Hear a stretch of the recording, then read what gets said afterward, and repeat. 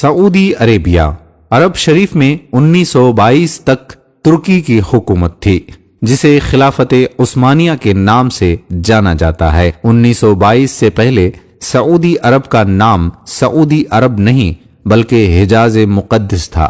खिलाफत उस्मानिया दुनिया के 3 बड़े आज़मों पर 623 साल 1299 से 1922 तक कायम रही।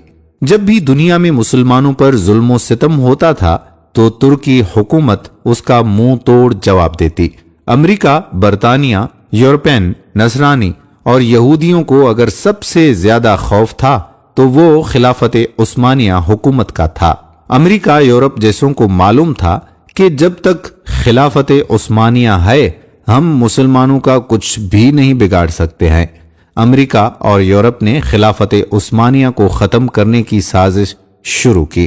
19वीं सदी में सल्तनत उस्मानिया और रूस के दरमियान बहुत सी जंगें भी हुईं, चूंकि मक्का और मदीना मुसलमानों के नजदीक काबिल एहतराम है, इसीलिए सबसे पहला फितना वहीं से शुरू करवाया।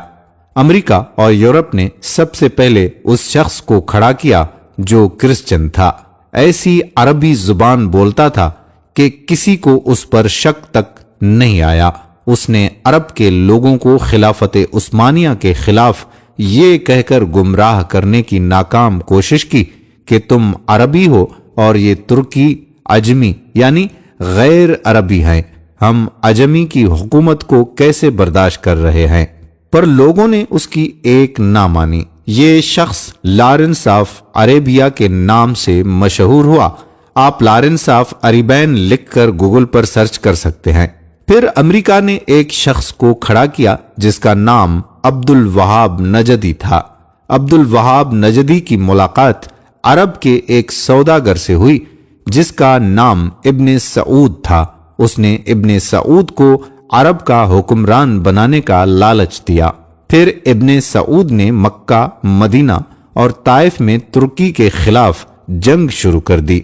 मक्का, मदीना शरीफ और ताइफ के लाखों मुसलमान इब्ने सऊद की डाकू फौज के हाथों शहीद हुए। जब तुर्की ने देखा कि इब्ने सऊद हमें अरब से निकालने और खुद अरब पर हुकूमत करने के लिए मक्का, मदीना शरीफ और ताइफ के बेकसूर मुसलमानों को शहीद कर रहा है, तब तुर्की ने आलमी तौर पर यह ऐलान कर दिया कि हम इस पाक सरजमीन पर कत्ल गारत पसंद नहीं करते।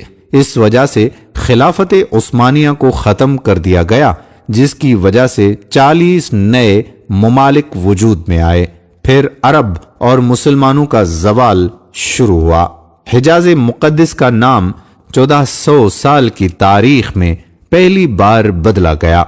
इब्ने सऊद ने हिजाज मुक़द्दस का नाम अपने नाम पर सऊदिया रख दिया और इस फितने का जिक्र अहादीस में भी मिलता है। और इसी वजह से सरकार दो आलम सल्लल्लाहु अलैहि वसल्लम ने सऊदी अरब के शहर नजद के बारे में दुआ नहीं फरमाई थी।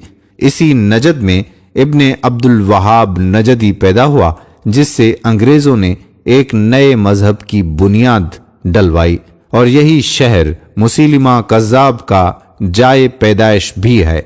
लेकिन दुनिया भर के मुसलमानों की आंखों में धूल झोंकने के लिए अंग्रेजों ने इस नजद शहर का नाम भी तब्दील करके रियाज रख दिया, जो आजकल सऊदिया का दारुल हुकूमत है। जन्नतुल बकी और जन्नतुल मुअल्ली में सहाबा रिजवानुल्लाह अजमईन और अहले बैत अलैहिस्सलाम के मज़ारात पर बिल्डोजर चलाया गया और तमाम कब्रों की बेहुरमती करके उनको मिलामेट कर दिया। बदकिस्मती से आज भी कई भोले भाले मुसलमान उन्हीं कब्रों को सुन्नत के मुताबिक समझते हैं, हालांकि 1922 से पहले वो ऐसी ना थी।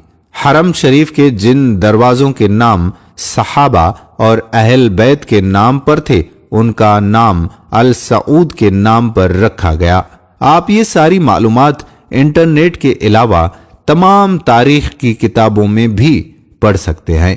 अंग्रेजों ने अपनी इसी साजिश की कामयाबी पर 1962 में हॉलीवुड ने लॉरेंस ऑफ अरेबिया के नाम से फिल्म भी बनाई, جو بہت زیادہ بار دیکھی جا چکی ہے۔ یہود و نصار کو عرب میں آنے کی اجازت مل گئی۔ جس دن ابن سعود عرب کا بادشاہ بنا اس دن ایک جشن ہوا۔ اس جشن میں امریکہ، برطانیہ اور دوسرے ملکوں کے پرائم منسٹر ابن سعود کو مبارکباد دینے پہنچ گئے۔ جس عرب کے نام سے یہود و نصاری کانپتے تھے وہ سعودیہ امریکہ کے اشارے پر ناچنے لگا اور آج بھی رندوں کے ساتھ ناچ رہا ہے۔ یہود و نصار کی اس ناپاک سازش کا ذکر کرتے ہوئے علامہ ڈاکٹر محمد اقبال نے اپنے کلام میں لکھا ہے کہ وہ فاقہ کش جو موت سے ڈرتا نہیں ذرا، روح محمد اس کے دل سے نکال دو۔ فکر عرب کو دے کر فرنگی تخلیات، اسلام کو حجاز اور یمن سے نکال دو۔ اللہ تعالی مسلمانوں کو ایسے فتنوں سے محفوظ فرما کر پھر سے خلافت کی دولت عطا فرمائے اور ہمیں ماضی کے تلخ حقائق کو سمجھنے کی عقل عطا فرمائے، آمین۔ دوستو، یہ ویڈیو ہم نے تاریخی تناظر میں بنائی ہے۔ اگر کسی کو بھی ہماری بات سے متفق ہونے میں ذرا سی بھی ہچکچاہٹ ہوتی ہے تو گوگل پر کئی کتابیں موجود ہیں اور اپنے آباء و اجداد سے بھی اس تاریخ کے حوالے سے ذکر ضرور کیجیے گا، یا آج کل چلنے والا ڈرامہ ارطغرل ضرور دیکھیے جس میں آپ کو تفصیلی معلومات ملے گی۔ یہ تھی سعودی عربیہ کے حوالے سے کچھ معلومات جو کہ حجاز مقدس سے سعودی عربیہ بنا۔ آنے والی ویڈیو میں مزید معلومات کے ساتھ پھر آپ کی خدمت میں حاضر ہوں گے۔ تب تک کے لیے اجازت دیجیے، اللہ حافظ۔